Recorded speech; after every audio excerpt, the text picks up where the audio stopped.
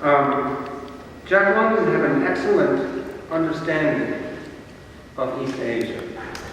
Probably one of the foremost writers on East Asia, at least as a journalist, 110 years ago. He, in his various articles, including a few that you mentioned, predicted that Japan would rise as a major power, that their occupation of Korea in 1904 would lead later to an occupation of Manchuria and lead to a conflict with China.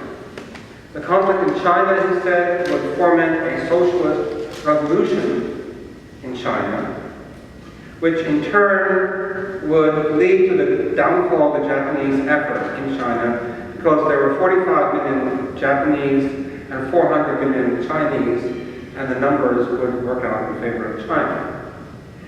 He later predicts that by the 1970s, China would become the world's leading industrial power, which is rather interesting.